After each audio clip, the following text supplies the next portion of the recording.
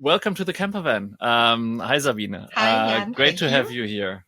Thank you for inviting me. We do a quick fire round. I want to say hello, want to introduce you to our listeners. We'll play a round of cards against complexity, and we'll dive a bit into your CX experience and challenges and solutions at PYÜR. But maybe before we do that, can you tell me briefly who you are and where you come from? What brought you into CX in the end? Actually, my original background was in marketing communications, and I worked several years in corporate and smaller companies. And at some point, I went to Madrid, and I worked 5 years there in a consultancy. And I had the chance to figure out other topics than the normal marketing communications, and I really stuck with CX. And also with change management. So I just noticed that those two things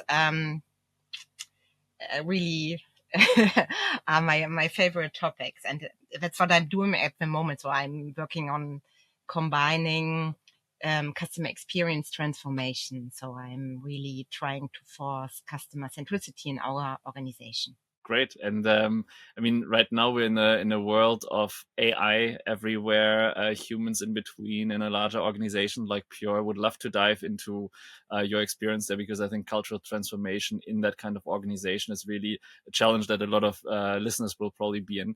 Before we do that, let me actually jump into cards against complexity. And for everyone that's seeing this maybe for the first time, I'll pull up here a screen with Cards Against Complexity. That's our very own game here, for branded by Next Matter, even in the bottom. And it's like Cards Against Humanity. Anyone who has played this before, very simple. 1 question, 3 answers. It's going to be a bit hard to choose the answer, but we'll find something that probably works for everyone. So let's see.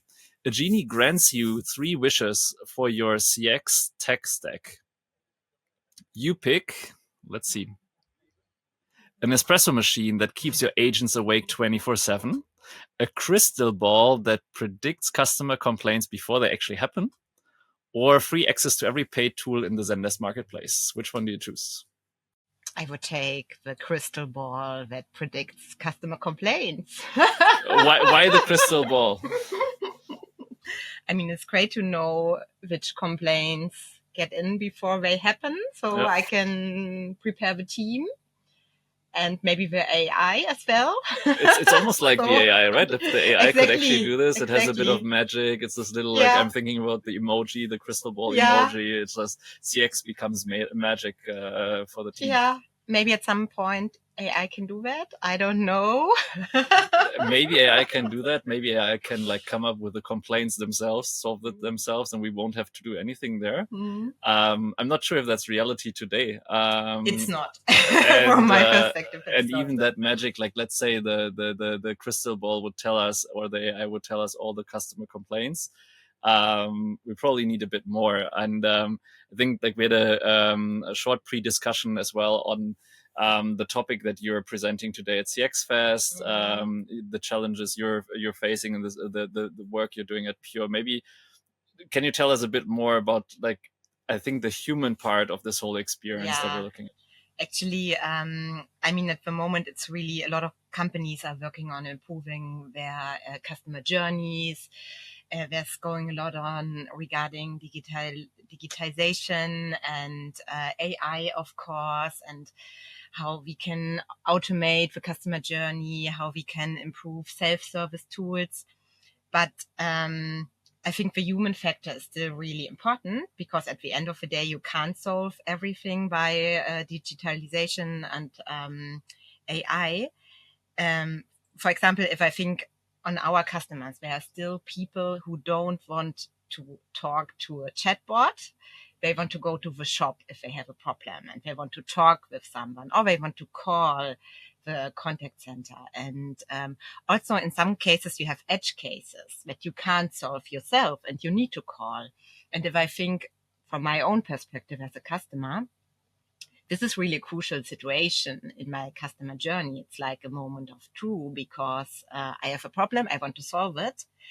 And in that case, the employee is really very important. He's crucial because he can solve that critical situation and turn it into a moment, into a wow moment, basically. So, and I think really employees who are in contact with our clients are our most important brand ambassador. And at the same time, in a lot of companies, in particular, employees in the contact center or also in sales are not the real employees of the company, but they are like employed by a franchise model or something like that. And therefore, I think it's really important to work with that employees on the sense of belonging, on the brand identity, and really to make them feel as part of the company, because they are talking to the most valuable that we have to our clients. And the magic ball is in there, right? And the magic ball is increasingly coming in there. AI is coming there. How do you think about enabling your team members in the contact center, but also in stores, in working with this kind of new magic, while still being really an brand ambassador and human in the end, to serve your customers? Like how do you balance both of this? I think there's a lot of communication and engagement and gamification measurements that you need to do, because there's that quote from Maya Angelou: at the end of the day, people won't remember what you did or said. They will remember how you make them feel. Yeah, I think that's the even in this interaction right now, like that makes the difference, right? Like for you feel a bit hot there with a fire behind you, but it's we're in a camper van, like that makes the difference. We could have had an online recording, we're in an in-person recording. I absolutely get it. Like this feels different. Yeah, and I think that's the key, really. It's not about, for example, if you talk about the vision, I think it's really important that employees and understand the why. So not only tell them you need to do this or this, but to explain them why this is our purpose now. That's the vision or the strategy or however you call it. Yeah.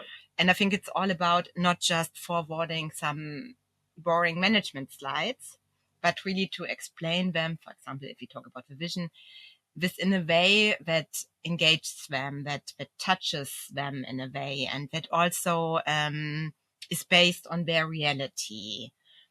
So, for example, we did that with our vision. We created a really nice e-learning with a starter scheme, and we really explained them their role in that vision. So how can they contribute to reaching it, and also what's their benefit in there. And we also try to keep that vision alive around the year, for example, doing recognition things that use like the same scheme and the same look and feel. Yeah. And you mentioned knowledge transfer as well. So one thing that also really works good is best practice sharing. So we ask them for their tips, to share their tips or their secret hints with their colleagues.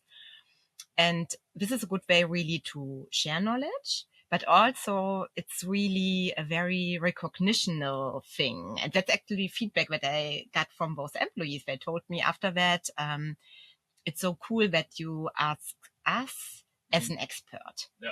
So because often before, like top down, it's you're my service people, you're my agents, I tell you what you need to do. But best practice just turns it around, and we say, okay, you know the best how you can talk to customers. So please give us your hints and share them with your colleagues so that we can all grow and get better together. There's a lot of like that human factor in there, right? It's not only the interaction really with customers, it's the interaction with each other. It's how I, like, if I imagine I'm in that team and I share my best practices, it has also something to do with, I actually live the way I'm living every day, and I'm showing customers how to work well, and then I show it to my team. I become much more an owner of what's going on. Exactly. I become an owner of the transformation. I show everyone how it goes. And I think there's often moments even where everyone else in the organization can learn so much from customer service. No, like it's this moment, it's the frontline experience where we see what customers want, how to interact with them, how to really make them feel that they're in the right place. Almost. Exactly. And that's also a good point, because I talked now about our employees at the customer touch points in the front line, but of course, we also have employees or decision makers in our organization who are not in contact with the clients, but who really have a major impact on the customer experience and also on the employee experience. Yeah. So in order to really build customer focus in that internal organization, we started a program that's called Know Our Customers. Yeah.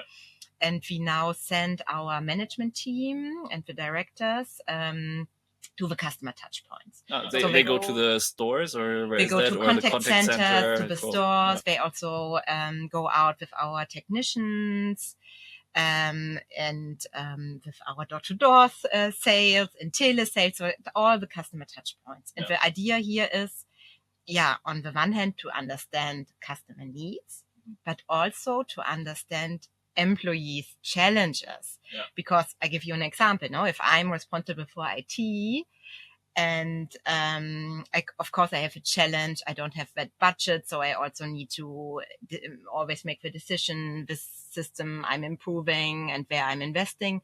But if I see live how hard it is for my shop employee to make something in the CRM, just for an example,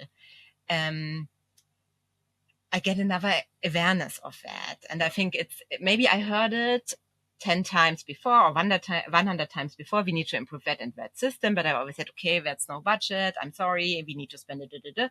But if I really see and experience how hard it is, it might change my decision. So this is a really valuable program for us as well. And at the same time, it also recognizes again the front employees. So that's really an experience, like experiencing live what not only the customer feels, but what employees feel. Exactly. And improving not only the experience for customers, but almost internally the experience of everyone and their decision making. Very, very, very inspiring actually to see that happen at an organization also of your scale. So I'm sure others have probably can take a few ideas away from this, and maybe some inspiration to think about customer experience not only as the one thing at one touch point, but actually across multiple touch points, people sharing best practices not only with the customer service team, but actually inside the organization to make the organization really customer focused and bring a great brand and customer experience to everyone. Thank you so much for the quick chat, Sabine, and taking the hot seat there behind with a campfire. We're at CX Festival, so I'm looking forward to another 2 great days here with everyone. And also very, very sure that there will be many great discussions around this topic, because that's what we saw in the introduction as well. There's the human factor in CX. Exactly. As much as we can have magic balls left and right, and it would be great to know every complaint. The complaint ends up with a person. So we'll talk a lot about probably about these people. Thank you for sharing your perspective. Thank you very much for having me, Jan. A pleasure.